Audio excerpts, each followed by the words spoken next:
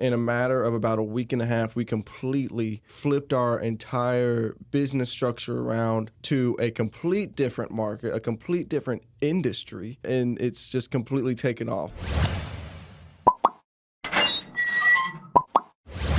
Welcome to Profession Session. I'm your host, Brody Vinson, and on this show, I talk to professionals of all different types and figure out how they achieve success so that you can hear about how they did it. Today, I have Andy Varnes on, and Andy and I have actually been building a business together along with a couple other partners over the course of the last about almost 2 years now. And we just wanted to come on and kind of give a little year-end review, talk about the origin story a little bit, and talk a little bit about the successes and failures and trials and tribulations we've had in building a business that has been able to luckily continue to grow. Andy, thank you so much for coming on. Absolutely. So the name of the business, if you hadn't caught on yet, is Chef on the Fly. We're wearing the polos here, and we just wanted to talk a little bit about what the business is. People that know me know what it is, but I haven't really talked about it a ton on here. So we just wanted to kind of get into that. Yeah, absolutely. And a little background of the business. Brody is the CFO of Chef on the Fly. He does an awesome job. I used to be the COO, Chief Operations Officer. I have now moved into the CMO, Chief Marketing Officer, into I think is a much better role for me because our COO, who is an absolute beast on everything, that's Adam Berbereia. And then our CEO is Peter Silvano, who is kind of the godfather, as we call him for everything. Who one day the four of us will get together on a podcast, maybe have one. So yeah, I think we'll get more into talking about both of them. Adam's whole story with us is kind of representative of the whole growth of the company, and I definitely want to focus on that because that's been probably the coolest part of growing the company is seeing what Adam's done. But I think starting at kind of the inception point of the company and going from there is the best way to do it. Really, we'd started the company kind of at the beginning of 2021, but it took a really long time for things to actually pick up and for business to happen, so to speak. It was a lot of kind of ideating and figuring out what we thought it wanted to be so that we could figure out what it wasn't going to be. Yeah, exactly. The original idea was to create an app on everything, and that app still may happen. We still see there could be a market for it on everything, but the app was originally the idea, but for unforeseen things happen, and we got put into a position to where in a matter of about a week and a half we completely flipped our entire business structure around to a complete different market, a complete different industry, and it's just completely taken off, and you would never have known. Yeah, to give a little context there on the app thing, so Pete Silvano, our CEO, we'd say that he's the godfather of this whole thing because really the idea was his in the first place. It was his brainchild. He thought of this whole thing, and it was because he had built this insanely vast network through Facebook and other channels of chefs and cooks and food service workers, because that's the industry he came up in and continues to operate in. And he's built that network over 35 or so years and really, really grown that. So he had identified this need in that industry, which was that there were many people in need of work, especially through COVID happening, many people in need of work in the industry, and also a huge need for good workers on the actual employer side. And really this company was meant to be something that could help merge those and bring those together, because he identified kind of a gap in the fact that it was difficult for those for good talent to be found and for good talent to find good work. So that was the idea. We wanted it to be an app at first. I don't remember the last time I talked about this. It's been a while, but I actually got some really good advice from this guy that his background was working for Airbnb in the early days. So he was on kind of close in with the development of the Airbnb in the early days and worked there for a while. Ended up going and doing his own thing, doing some different direct-to-consumer brands. Mm-hmm. But I remember in the early days kind of running the app idea by him, and his big advice to me was, if you want to build that thing, you have to actually have some proof of concept and like actually doing the work before you build an app. So that was always kind of in the back of my mind, which is kind of interesting. But really, the way you described it is exactly that. It just kind of happened, like without us really thinking about it. We still thought we wanted to build the app. We were still kind of thinking about that.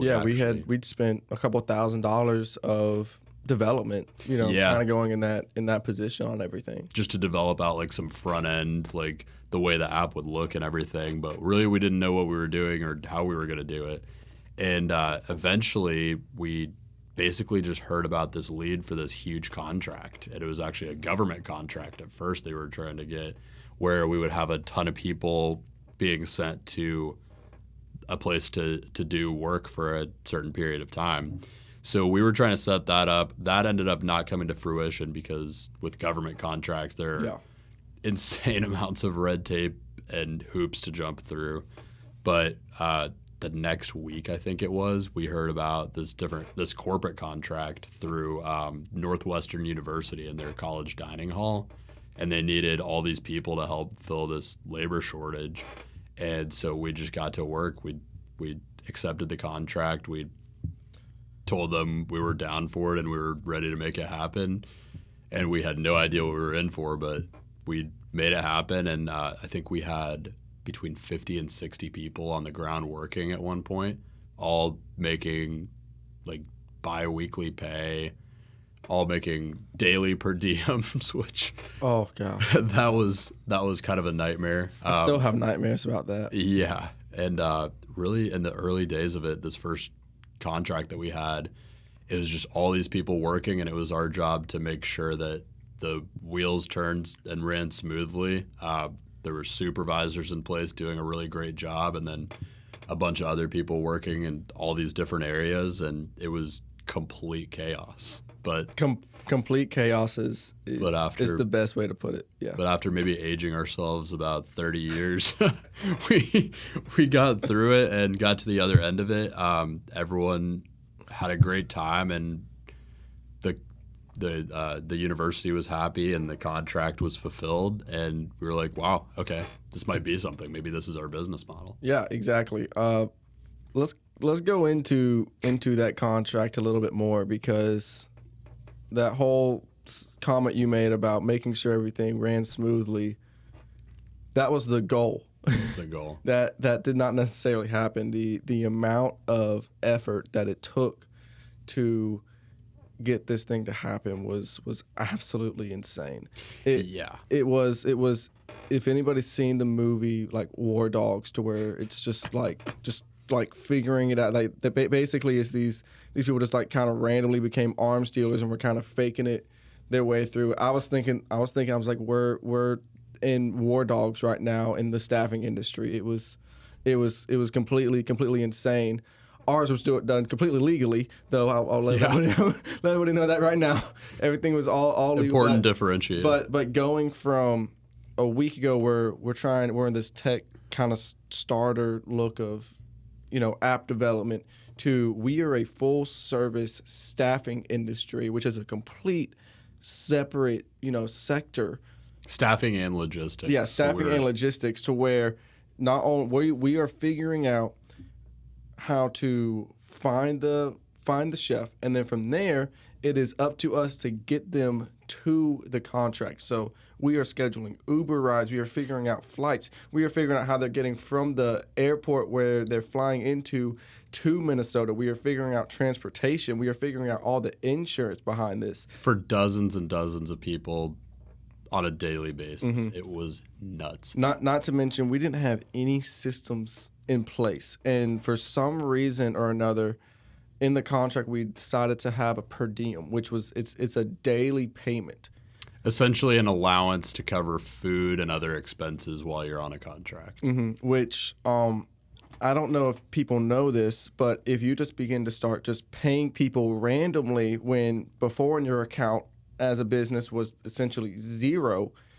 people get suspicious really, really quickly and just begin to start shutting things down. So we quickly learned, okay, there's limits on Cash App, Venmo, PayPal, Zelle. We had Like all these different payment services and running up against, because it's dozens of people just hitting like payment limits left and right for all of us, and we're all just trying to get it out.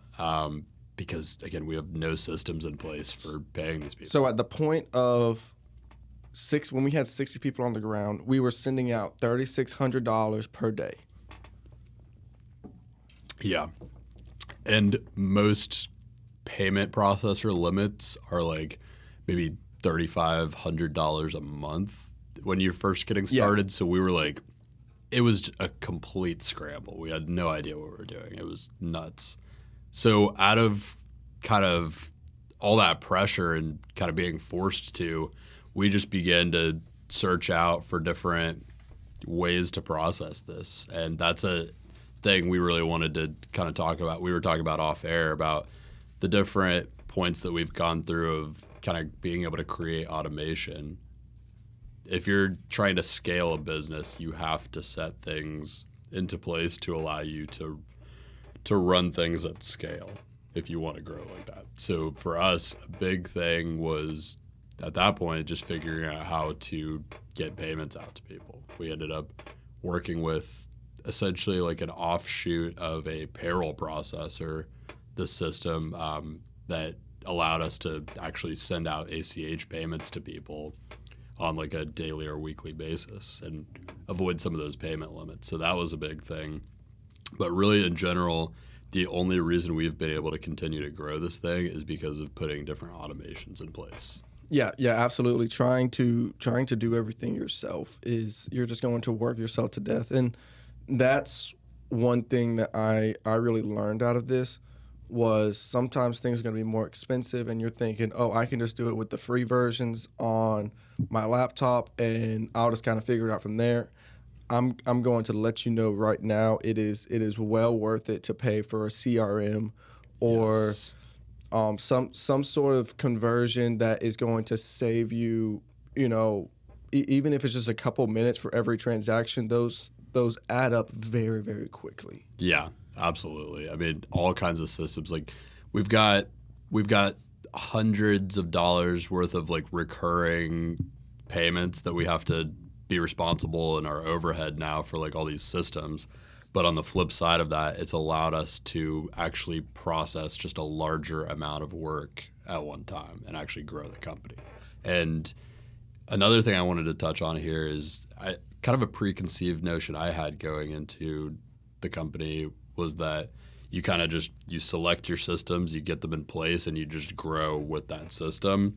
And I got kind of frustrated at different points starting this company because we were always talking about like the new, better system that we could put in place and kind of do things better. And I was always like, but we just spent so much time building out this CRM or doing demos for this CRM. And now we're looking at other ones and it's like it's kind of a waste of time. And I've kind of completely come around on that because really we've continued to identify better and better systems. Credit to Adam, our COO. He's always on the cutting edge of like what could be a better system for doing these things. And really you do need to have that mindset in the operations of your business if you want to continue growing, because there pretty much is always a better way to do things. So if you can continue to identify those bottlenecks and things and just grow from there, that's the only way to scale. Oh, absolutely. Absolutely. Well, it's a sitting back and thinking about, okay, we are in the 21st century to where computers can do a lot more things now than what they used to do. I mean, literally by the month at this point, to where there's a new AI converter into everything. I was researching something the other day to where it was literally a AI type of system to where it would edit photos for me. To where I could basically just push things in and it'll edit the photos, specifically to kind of my liking on everything. So I think it is looking at your industry and figuring out, okay, what are some ways that I can take away a lot of these hourly tasks? Because no matter what, you're going to be paying for it, whether it's your time or you're going to be paying for somebody else's time. And a lot of times, if you're going to be paying for somebody else's time to do it, that's a lot. You're actually going to spend way more money in the long run. Yeah. Yeah, the AI thing is fascinating. I was having a conversation with our mutual friend Devin Roberts, who has been on the podcast a number of times, about AI yesterday, and this was so crazy. I didn't really know that much about this, but there's different ways to have AI systems write things for you to like insane specifications. I was telling him about something. I forget what it was, but he just sent me a text, and it was this like these few paragraphs, and it had completely summed up this like crazy point that I made to him about hiring. I think it was something about hiring in this like few paragraphs, and I was like, how did you write that whole thing while we've been talking? And he was like, I just spit like a couple words into an AI, and it was this like eloquently written thing that was like perfect. I was like, no way. Like, AI is crazy, technology is crazy, and the best way to stay ahead and continue growing with a company is to really get in the weeds and figure out how can technology take my business to a point where no other business in the same industry can catch up to me. Yeah, absolutely. A good example of this is, I don't know if anybody knows who she is. Her name's Cody Sanchez. Do you know who that is? Mm-hmm. Her big component is buying businesses and then taking, like a laundromat to where, okay, it's been profitable since the 80s, so the owner never switched anything up.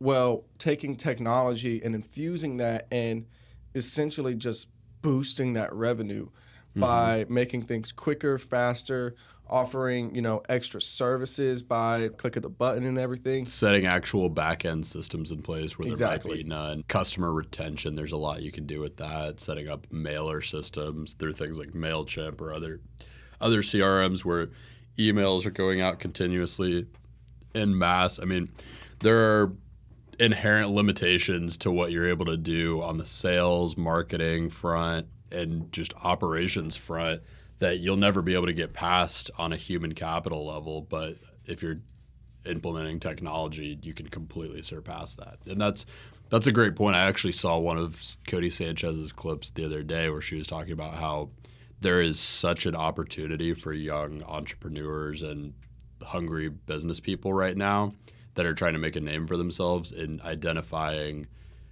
big businesses that have been just built on goodwill, winks and handshakes, and like good service, but have always had this kind of inherent like limit to the ability that they're able to grow because they're not implementing technology.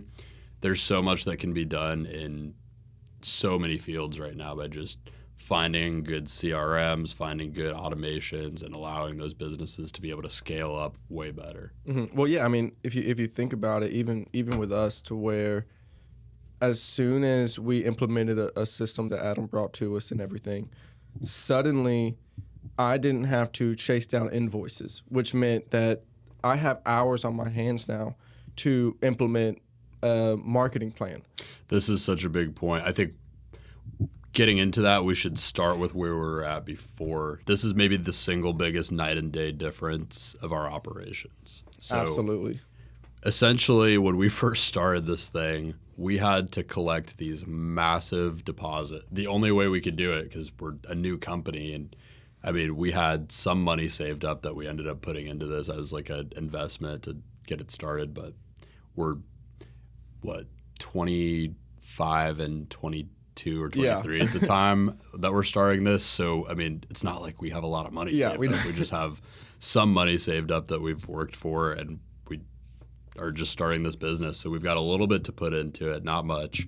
So we had to collect these massive deposits and convince these big corporate companies to give us these huge deposits for these contracts so that we could actually make this work, because we got to pay these people. I mean, they're getting onto the ground, and a couple weeks later, they need their first paycheck.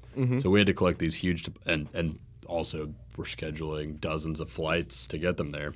So we had to collect these huge deposits and just manually follow up like crazy to get ourselves paid and reimbursed for all these expenses. And it was nuts. It took all of our time.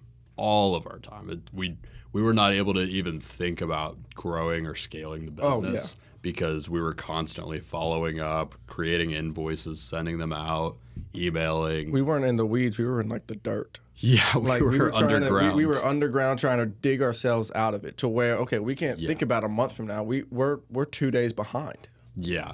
And then another part of that is, so the system that we have, it allows us to not only automatically invoice the clients, but also it funds us. So we were collecting those massive deposits. Now the system actually gives us funding on the front end so that we can kind of float the money that is needed to cover the expenses, and they take a small fee out of the ultimate revenue that we bring in exchange for the funding, so that we can actually take on a new client and not have to hit them with this huge deposit at the front end. They don't have to pay us until the work's done. And this is how it used to work, to where we used to submit a payroll and we'd always say, okay, we need it submitted by, it was Tuesday? And we have to get paid tomorrow. Yeah, and it was like we had to be sending out payroll by Friday. So I remember this is the very first week, very first payroll we have ever sent out. I'm actually shooting a football game. It's Friday night, and I get a call saying the payroll never happened. So now we have all of these contractors working on the ground. This is the first time they've ever worked with this company, and we cannot pay them when we said that we were going to pay them. Yeah. There were multiple times that you and I both had to just take like a huge chunk of our savings and just put it in the company because knew we were about to get paid from a client, but we hadn't yet, and we had to make sure people got paid, and we just had to take like a huge chunk of money and just throw it in so that people could get paid on time. Oh yeah, absolutely. It was nuts. Absolutely. I mean, it was the amount of stress that goes into it, and not to mention, whenever they didn't get paid, we were calling them individually, and you want to talk to an upset person, and it always seemed that there was some sort of delay for the first couple of weeks, every single time. So people, a lot of these contractors lost trust immediately, which I mean, I would have too. It's this brand new company. They flew us out to this place to just start working, and then suddenly when they said they're going to pay us, they're not paying us. Like, I'm going to be pretty nervous too. Yeah. So, I completely understand that, and I remember we had it was a very, I think it was that very first week as well. I think it was some national holiday, so the banks weren't going to be open till it was like Tuesday. Hot tip: if you're a business owner dealing with payroll, banks will take every single opportunity to have a bank holiday on a Monday. And that will screw you over if you're not anticipating it. So anticipate it. Be ready for it. Please anticipate it. Please anticipate it, because we did not. That was a huge learning lesson that we had to go through. But yeah, it was a rough way to do it. And then fast forward a couple months to where we've kind of gotten over that leap, but we still have the issue of getting the payments, because we'd have the chefs work, and a lot of times we would kind of front the money because we've gained the capital and everything. But it was actually usually my job to where I'm having to call all these different universities, all these different people, saying, hey, where we sent this invoice, a couple days ago. There hasn't been any communication on it. Weeks would go by and we're still chasing this down. And it was a full-time job just making phone calls trying to track people down. Yep. And just dealing with like all the different little things that come up where they're like, oh, well, our procurement cards can't cover that limit this week, and it won't be approved until next week, and then we'll be able to pay you. And we're like, and then afterwards we'll be able to pay you, but it actually won't process for another week and a half. And then suddenly the processor, whoever processes it, I don't know, maybe they might, they went on vacation, so they'll be back next week, so then they'll pay it then. Yeah. And it's the I learned a lot of excuses, I will say, that I can use in the future Yeah. for everything. But the big point there is like you need to put systems in place to allow yourself to succeed. I mean, we were forced to learn that very quickly, and luckily it's served us well, but it was a lot of stress, a lot of heartache, a lot of tough times because we were underprepared. So putting systems in place to allow yourself to succeed is very important. Another thing I really wanted to touch on is the other thing we were talking about off air is this concept of scalability and saleability. The point here that I want to make is if you are starting a business, whether it is your intention to eventually sell the business, try to get the business acquired, or it's your intention to stay in the business indefinitely, having the mindset of creating scalability and saleability is so important because it is going to frame you in the direction of poising the business for continued growth. So what I mean when I say scalability and saleability, we've talked a lot about the scalability part is just putting the systems in place that allow you to increase the amount of business that you're doing without having to increase too much the input of work. So you're increasing it's systems that allow greater output with the same amount of input. So technology is where that comes in, putting the technology in place to create scalability.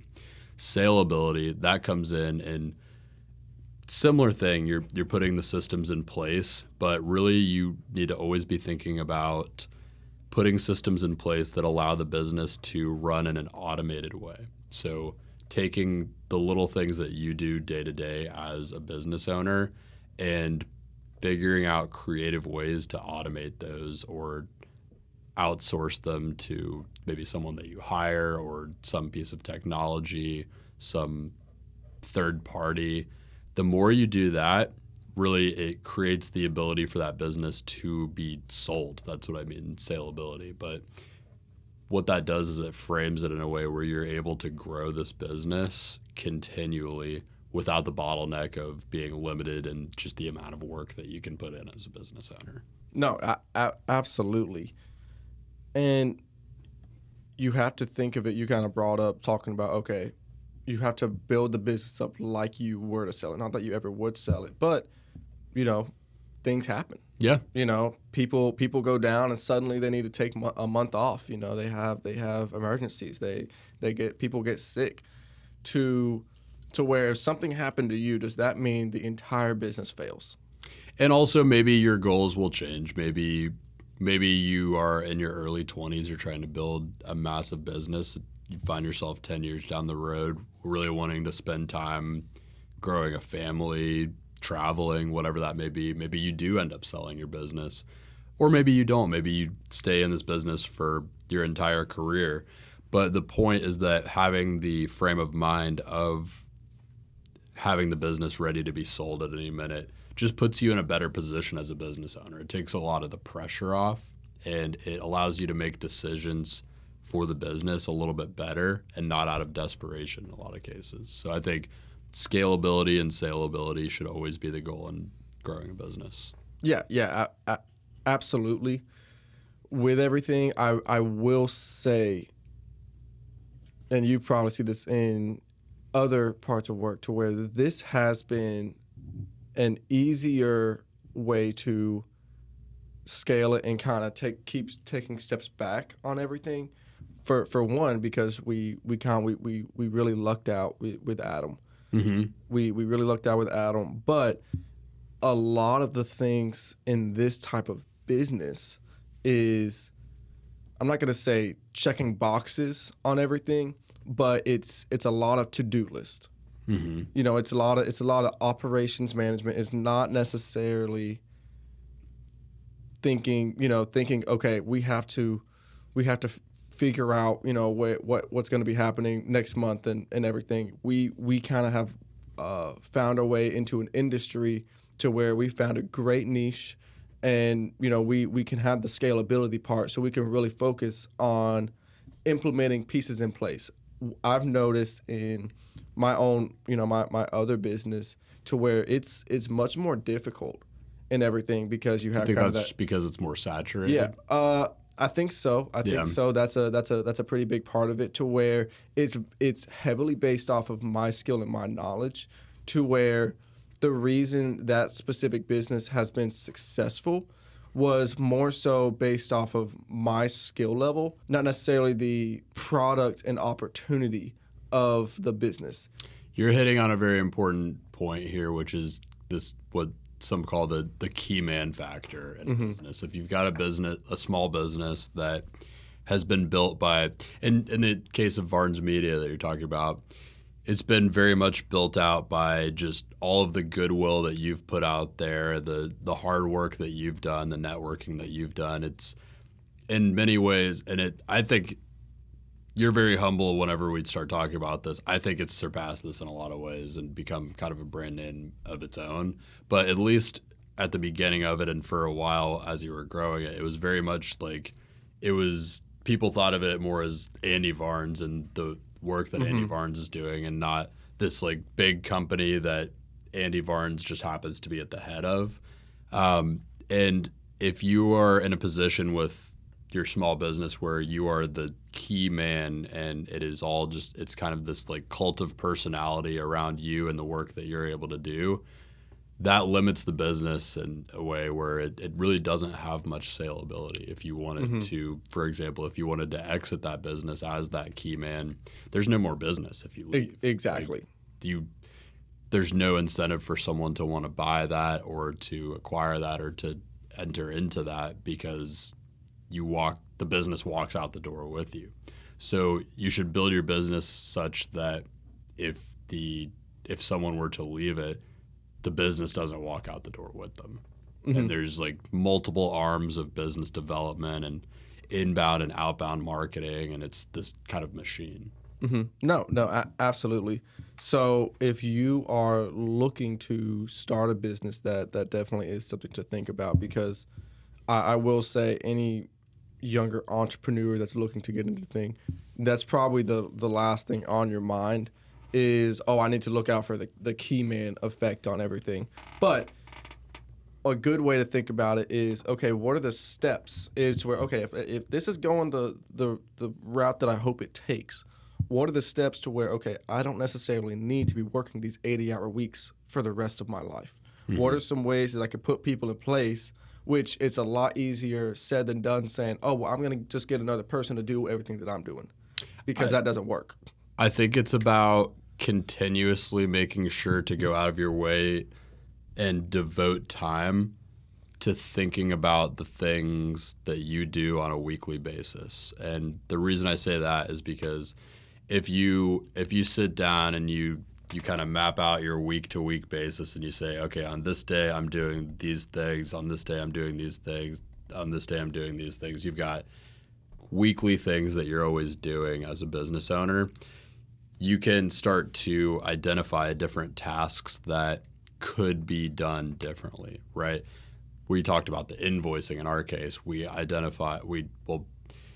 up finding a different solution for the invoicing, where now that we found that, you and me have been able to focus on things that actually scale the business up to a much higher degree. We're Absolutely. implementing different marketing things and other things. We're building systems in place on the legal side. And we're only able to do that because we're able to identify some core tasks that needed to be automated or put into the place of being run a little bit differently and move on from that. So as a business owner, you need to continuously be a little introspective and look at, you might be very used to doing these different things. You might enjoy doing these things, but if the goal is to grow the business continuously, you're not going to grow if you keep doing the same things that you're doing. So if you identify those tasks and you say, okay, I'm doing these things on a weekly basis, these 3 out of 10 things I have to continue doing on my own, but these other 7 things could be put into other hands. Absolutely. And then maybe you hire someone and you train them to do those 7 things, and then all of a sudden you have all this bandwidth that you can put into putting the business on the cutting edge and growing it, or maybe you find technology to take care of those 7 things. But you have to continuously be identifying those things to continue growing. Absolutely. So another thing that makes me think of is really what we're talking about here is it's allowing yourself the ability to work on the business versus working in the business. As a business owner, the biggest trap you can fall into is just getting stuck and bogged down in the operations, especially if it's this very thriving business with a lot of things happening. There are going to be a lot of things that need attention. And if you are devoting all of your time to those things continuously, you're leaving no time potentially to actually grow your business and be introspective about those things, be focused on the growth. So just always having the mindset of like, how can I put myself in a position to work on growing the business versus working in the weeds of the business. Yeah, absolutely. And this doesn't mean that you need to dedicate, a ton of time into this.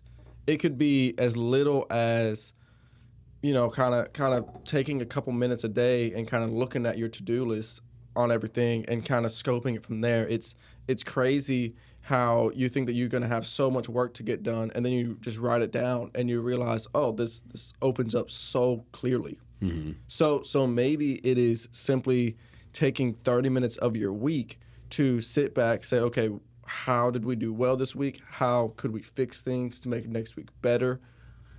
Okay, we need to get this fixed. What are some ways that we can get this fixed? And it's crazy how quickly things begin to open up by just giving yourself a few minutes. Yeah. It doesn't have to be this crazy, people, I used to think that, oh, this is going away for a week and just sitting alone in a cabin and, doing absolutely nothing, no technology, and like really focusing on, the ways to improve and everything. No, it's not that case. It's more so driving without the radio on or music on and just sitting there and thinking to yourself, what are some ways that I can improve? Yeah. And it's just so important to take that time and be intentional about it. One thing that came to mind that I think has served us really well, this is a very recent implementation, but we've been doing these weekly reports. And for me, at least personally, the way I go about this is I will make a list of things kind of throughout the week as I'm going, of things that I've worked on during that week and the kind of details around that, and then a list of things that I want to work on the following week. And mm-hmm. that always kind of keeps an ongoing list of things that need your attention and they're getting your attention. And you can look at that list and start to say things like, oh, well, maybe that's not that important, or maybe this is more important than I realized. And it just gives a little bit of objective feedback in that sense. Another thing I wanted to talk about is, and on the same kind of vein, is just doubling down on the strengths that you have as a business owner and then finding ways to cover your weaknesses, especially if you're a one-man show. I mean, business owners are always going to be wearing so many different hats and trying to do so many different things. And inherently, as a business owner, you're going to have strengths and you're going to have weaknesses as mm-hmm. a business owner, as a person. I think a good example of this is taking a step back into the chef on the fly business, to where you and me, especially at the beginning, we doubled down on working around Pete. Mm-hmm. Because Pete's strength was that he was an elite, best of the best networker. Yep. To where, he is a salesman. This guy does not get off the phone. He completely, he goes from one phone call to the next constantly all day. He's always talking to people. Exactly. And so that gave us a great opportunity to, instead of being hey, I need to find someone that helps me with my weaknesses, saying, okay, how can we help Pete? Mm-hmm. How can we make his life better, to where, okay, how can we build around mm-hmm. him? Yeah, how can we build around him in the best way, to where saying, hey, you focus strictly on this. Most people don't even know we exist in Chef mm-hmm. on the Fly.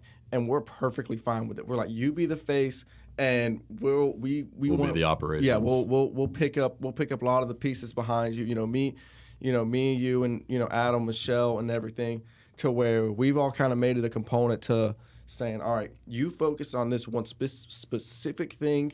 We'll handle a lot of the technical stuff. We'll handle a lot of the back end stuff, and it's worked out really, really well. And it kind of helped me out, saying, okay, when I want to find this person, how can I be looking in this specific way, the same way that we saw, we looked up to Pete, saying, okay, how can we help him to make his life easier so that he does what he's best at in being this elite salesman and networker, to where that's all he needs to focus on.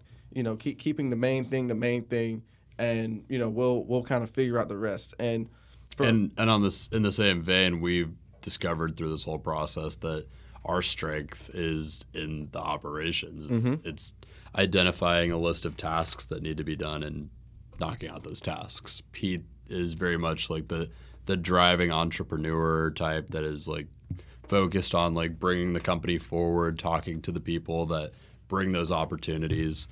We are making sure that all of that gets fulfilled on the back end and just handling that.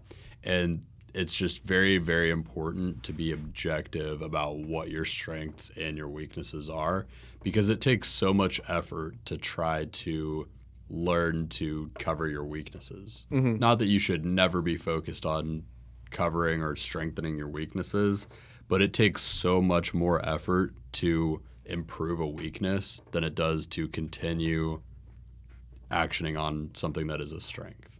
So it's less efficient. Absolutely. I think one way, if you're a entrepreneur, if you're trying to get into this type of business, is to find that individual that is the idea man, the connect man, and you saying, hey, I'm humbling myself, and I'm gonna do whatever you need me to get done. It does take a lot of humbling. Yeah. It takes it'll take a lot of effort on everything, to where you are the operations of the idea man. Like, and Pete's the emphasis of the idea man, to where it's like a once a week thing, to where he's got a new idea, and it's great, because and probably 9 out of 10 are kind of like, all right, back burner. Oh yeah, like maybe 5 years down the road that works, but then some are like, hey, this thing's gonna like pop off, with a good example, to where we're looking into going into some private sector stuff, and somehow he's got us into where we might be working on airlines. Yeah. And it was just kind of this happenstance of, hey, I have an idea, and then now it's happening. Yeah. And now it's saying, okay, great, we got it going. All right, let's figure this thing out.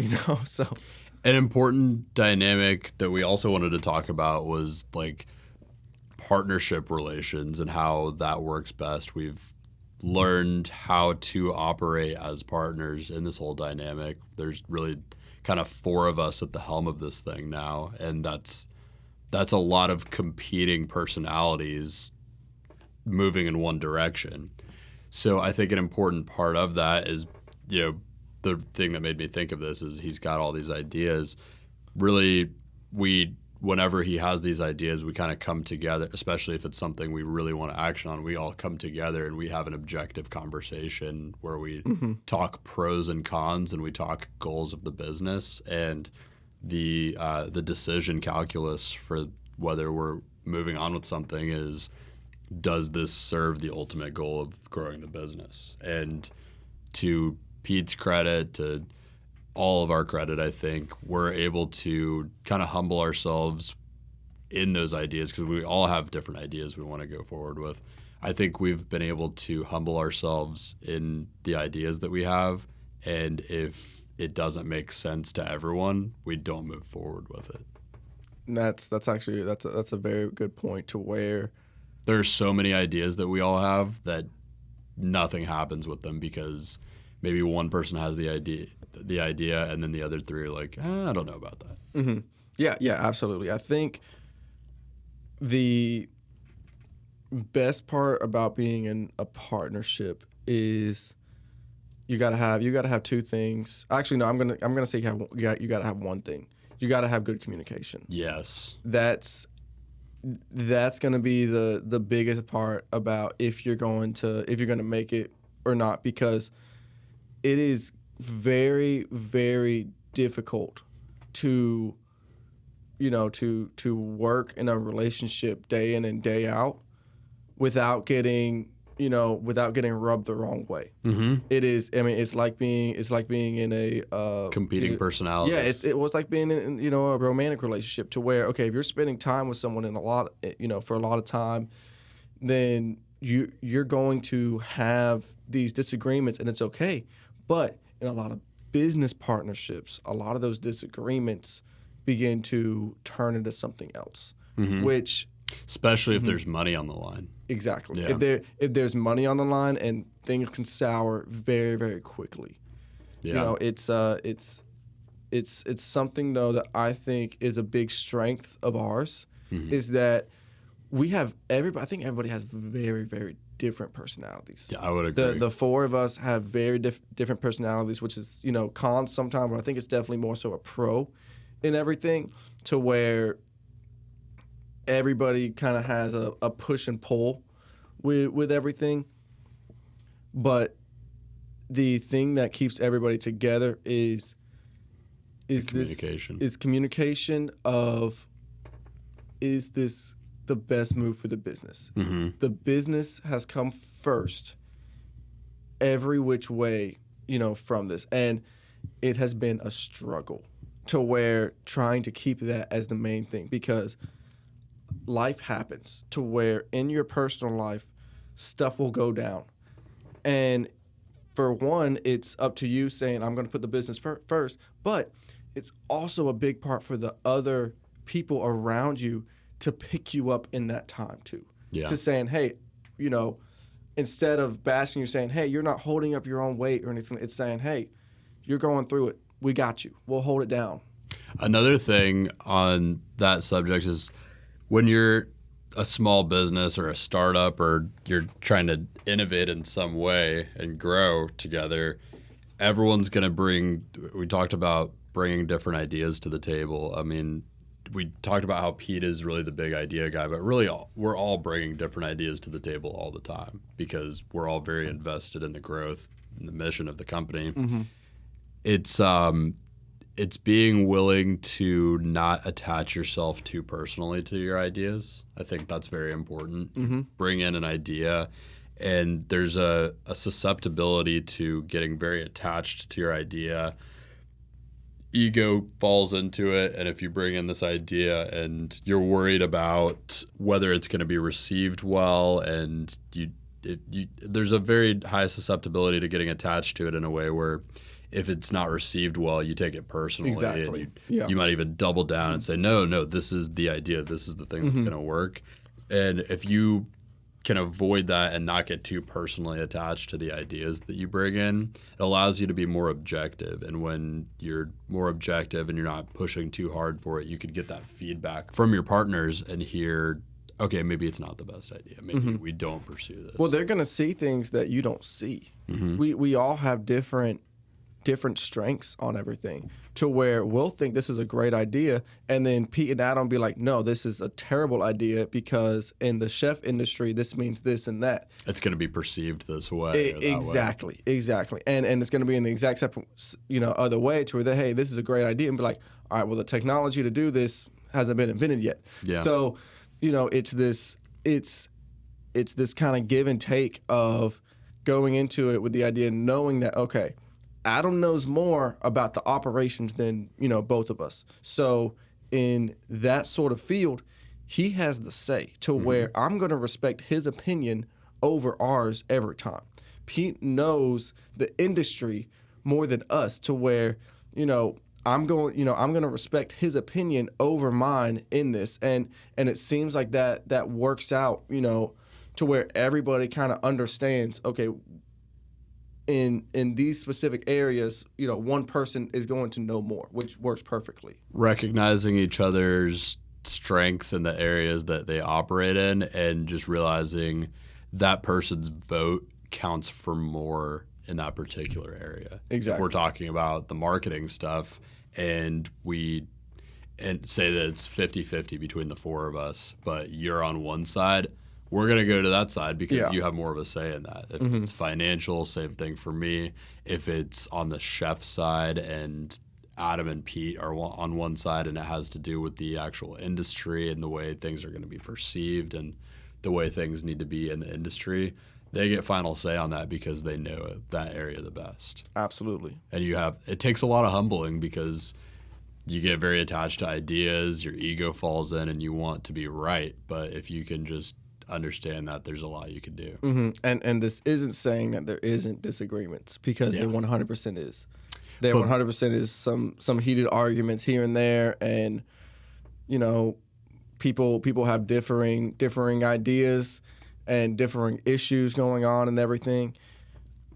And it comes down to is, I think personally, we all know that we want the best for each other. Mm-hmm. We aren't out for ourselves to get something out of this. We're out for everybody to work. And if you have a person to where they are in it for themselves, it shows up. It shows up in the end. It does. And that's when the issues start to rise. It really comes down to having a shared mission and really falling back on that. We've kind of hinted at that a couple times. Is we all are devoted to the growth and continued success of the business, and you can always fall back on that. You can have disagreements, even heated arguments about something, but if you fall back on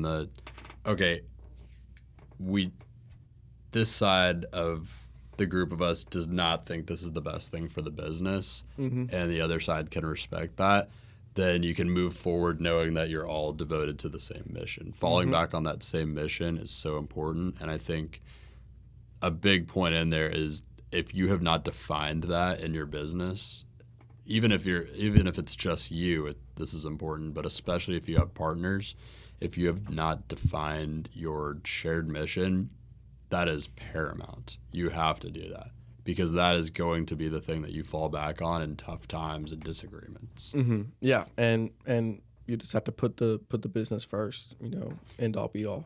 Yeah, it's the end all be all. And if it's just you, if you don't have partners, you're going to be faced with so many decisions. You have to weigh the pros and cons of everything, and if you can always fall back on that mission that you have, that's going to carry you forward. Another thing I wanted to talk about, kind of in the same vein of just putting the business first, is the financial side of things. So a big point that we had talked about off air that we wanted to make is that if you want to ultimately make a business succeed, it's in the same lines of some things we've talked about is humbling yourself, being able to kind of not attach your ego to things. Another thing similar to that is just being able to delay your gratification.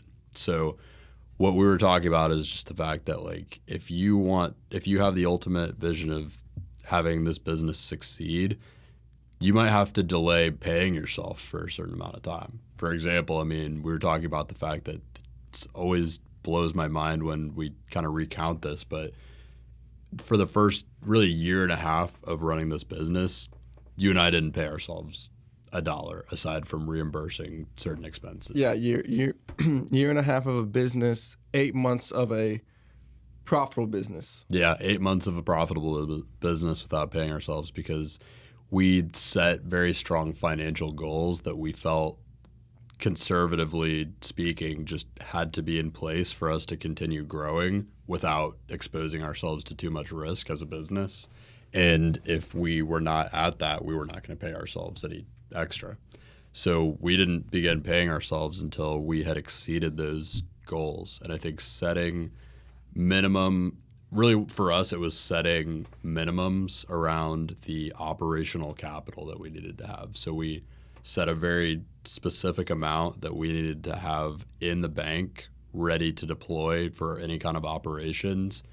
And if we had not even reached that amount or didn't have that amount from month to month, we weren't taking a dime because we didn't feel like the business was risk proof. So that was very important to us. And I think as a business owner, I mean, you have to just realize whatever that means for you, like, the ultimate goal really is the business has to succeed if you've decided that that's the goal. And whatever that means for you, you've got to just adjust around that. If that means that you've got to do some work on the side, maybe you got to drive Uber, or maybe you're in your full-time job still, you have to continue doing that to make sure that you can make ends meet and still have the financial goals that you've set in place to continue growing the business. Yeah, absolutely. I think when you first get started and everything, you need to give the business the best chance it has. Mm-hmm. And with that, it doesn't mean paying yourself. I think Mark Cuban, he's a really big advocate of this, but basically building the business without paying yourself anything. So you have just strictly cash flow that you can just keep reinvesting it back into the business. Mm-hmm. It's just kind of trying to double your money every time. Just keep reinvesting it. And eventually, if you continue to just kind of recycle that over and over and over again, you're going to be, sitting there saying, oh, great, now I can take a step back. And, I have this kind of profitable business where it has things in place, it has revenue coming in, and I can comfortably be taking money. Yeah. But the issue is most people aren't willing to do that because they don't want to go through that uncomfortable stage of working basically 2 jobs, which is going to be, obviously very, very tough and very time consuming.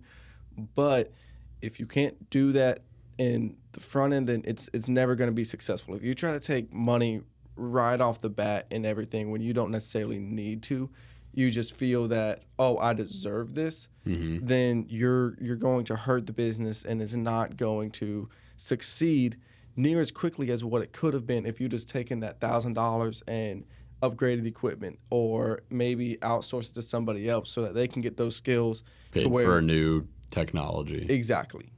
Yeah, and really what that comes down to is if you're taking that money too early, your interests and the business interests are not aligned. Mm-hmm. You have to align your own interests with the business, and that's not easy to do. But doing so will bring you great growth to the business. Absolutely. I mean, at one point, I remember at the beginning of everything, I was working part-time. I was still a full-time student. I was trying to pay myself and build my photography company, and I was doing the chef stuff. So the photography stuff, I wasn't paying myself really with it. Like, I was basically just trying to live off of the part-time job. Yeah. And that took a lot of sacrifice to where people are going out, spending time with friends and family and everything. And I'm saying, no, I need to work. And I'm starting to see the fruits of my labor now. But this is 3 years. This is going on 3 years since kind of I started this journey. So, but a good way to think about it is I'm 24. And you've set the systems in place that are going to allow you to continue being successful for years and years to come. Exactly. A great way to think about it is what's the term of eat the frog in the morning? Mm-hmm. So eat the frog. You just do the hardest thing first. Yeah, do the hardest thing first. So if you're getting started, if you're graduating high school, I'm going to let you know right now, just go ahead and start trying out different things, trying out different passions, find to where you don't need to pay yourself anything. You're supposed to be completely broke. You're supposed to have no money. So if you are making money from some sort of little business, just keep throwing it back in there, because it's basically play money. You get to try and learn new things, and you get to just kind of, live life the way that you're supposed to be living life. Yeah, invest into increasing your capabilities in every way that you can, whether that's putting it directly into your business, whether that's finding different avenues to educate yourself to improve your business or whatever you're doing, your job. Invest back into yourself and your business in your early 20s. That's the biggest thing that I think we've both been committed to, and it's served us really well so far. I try to put as much money as I can back into myself and the business because it's proven to be successful. Absolutely. And really just that ability to delay gratification for the greater goal is such a big point. And if you can do that in this, you can do that in every other step of life. That's, I think, like Jocko Willink, he's a big component of that. Discipline equals freedom. If you can put the work in the gym for that delayed gratification to where, okay, you don't notice it that day. You don't notice it the next day. You don't notice it the following day. But 3 months from now, that delayed gratification, it's going to be shown. If you decide not to spend money on food for today or the next day or the next day or the next day, okay, it may not seem like that $10 adds up, but in a month and a half, in 2 months, suddenly you have an extra $500 sitting in your bank account that you can go use with it. So if you can figure out a way to delay gratification in just all walks of life, I guarantee your life is going to be better. It's very rewarding. And that's not to say it's easy. This is what we're describing here is very simple. It's less easy than it is simple. Absolutely. Layla Hormozy made a really good point recently that I heard, which was that, and this is to go to the fact that it's not easy. These are things that you have to actively push against your first kind of reaction of what you want to do in order to delay gratification. And there's a lot of strength that you build internally and a lot of credit internally that you build by doing things like that. And the point that Layla Hormozy made recently is she was like, the difference between successful people is because people feel the same way about things. I mean, like you feel the same way. You might not want to work out first thing in the morning, and so does someone else. But the difference between someone who's going to be successful is that they just act differently. Absolutely. You just do the thing. And by the way, this is us preaching to ourselves. It's not like we're trying to give I didn't work out first thing this morning. Exactly. This is what we have done. This is what we have been trying to do. Yeah. And a lot of times it's unsuccessful, but it's most times it's successful. It's, hey, tomorrow I'm going to try again, and just try to keep growing just a little bit at a time. Yeah. And there's a good point in there too. I mean, we just said like I think honestly most of the time it's unsuccessful. A lot of times you don't do the thing you need to do, and it's very important not to beat yourself up about that either. Like, don't punish yourself for not doing the thing you need to do, because that's going to just take you further from the goal that you're trying to create. You're going to put yourself in a rut for not doing it. Yeah, exactly. Don't punish yourself for not doing the thing and just say, okay, I'm just going to get back on that horse and keep moving a little bit incrementally in that direction. That's the way to do it. Tomorrow's a new day. Exactly. And any other little cliche piece of business advice we could possibly think of. Exactly. So I think we've covered a lot of the biggest things we wanted to talk about with the inception of the company and the way it's grown over time. I mean, to kind of sum up a lot of what we covered, a big focus early on was just turning the chaos of a successful concept into an organized thing. Creating automation, finding technology, finding employees and help in different areas that allowed us to do that. That's the big important thing there. Creating scalability and salability, making sure that that's present in the business. Just always being willing to find new and better systems. Putting yourself in a position to work on the business versus working in the business. If you have partners, communication, transparency, detaching your ego from ideas and being willing to work towards the same mission and the same vision, and just really looking at your ideas and your goals objectively and making sure to always act in a way that is in favor of the mission, whether that means delaying gratification for certain things or doing things you don't want to do. A lot of those things have served us well in growing the business that we're growing. Absolutely. And we forgot to hit on one thing that we kind of brushed over. We decided to just jump in and do it. Mm-hmm. When we first got the opportunity, we didn't have, we could have said, no, this is a good idea, but, we're not ready for it necessarily. No, we said, hey, we may fail at this, but we're going to take it. We're going to take a chance. We knew full well we had no idea what the hell we were doing, but we figured it out. Exactly. And I think it's, you just have to do that sometimes, to where now we get to be much more calculated on everything, to where we say, hey, let's get systems in place. Let's kind of be much more calculated. But if you have nothing to lose, if all you're putting in is your time, is maybe just a few $100s to get yourself started on a new business or anything, then just jump in. And if you lose all your money, you learned a great lesson. I guarantee that was a very good lesson to learn. Yeah, you learned how not to do it. Exactly. So that when you eventually figure out how to do it, you've crossed one way not to do it off the list. Exactly. Well, anything else you can think of that we haven't covered that we should cover? I guess the goal for us looking forward is just to continue growing the company. Obviously, that's the mission. Putting more and more pieces in place to expand and grow it. A big focus for us right now is looking at people that have helped in different ways and that have worked for the company in different ways and finding ways to promote from within.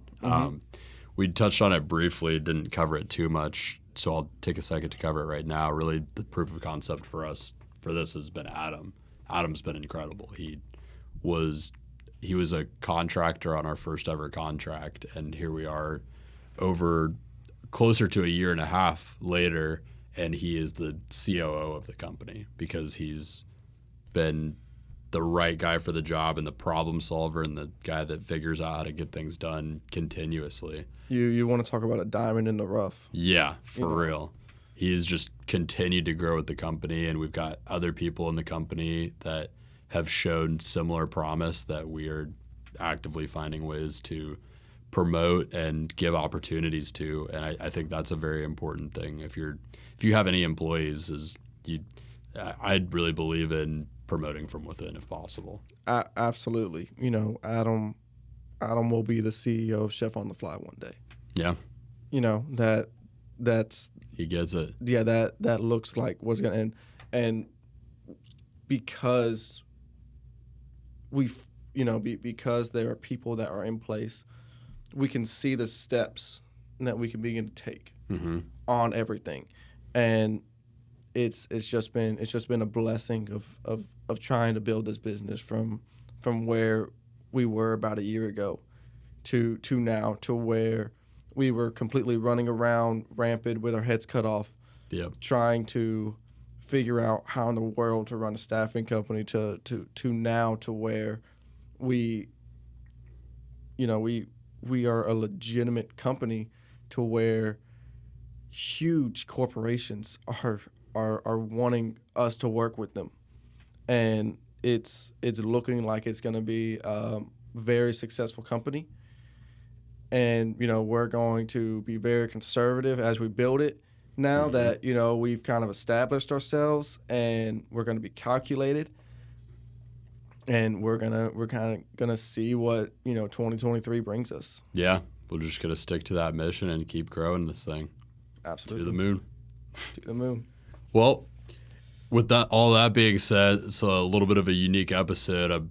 I've asked you my outro questions many times already, so I won't get into those, but it's been great talking about the company. I'm excited to continue growing it with you, Adam and Pete, and I think we'll probably have a podcast with the two of them as well coming soon. If anybody has any questions, if we do a sequel, just let us know in the comments. We'll bring them all up. Yeah, exactly. And till then, we're just gonna keep growing this thing the best way we know how and learning from it. Absolutely. Well, this has been Profession Session. I've been your host, Brody Vinson. My guest has been Andy Varnes, and we have been growing Chef on the Fly for a little while now. We're going to keep growing it and see where it takes us. Thanks so much for tuning into Profession Session. I'm your host, Brody Vinson. Stay tuned for new episodes every week and short clips of deep dives into specific topics that I put out on different social media channels. We could be found on YouTube, Instagram, LinkedIn, Facebook, TikTok, all major podcast platforms. You can find my guest in the details of this video or podcast. And if you happen to know a young standout business owner, professional, or entrepreneur that you would think would be a good fit for Profession Session, DM me or get in contact with me anywhere and just let me know. And they could be the next to tell their story here. Until next time, again, this has been Profession Session. Stay focused, stay hustling, and stay networking.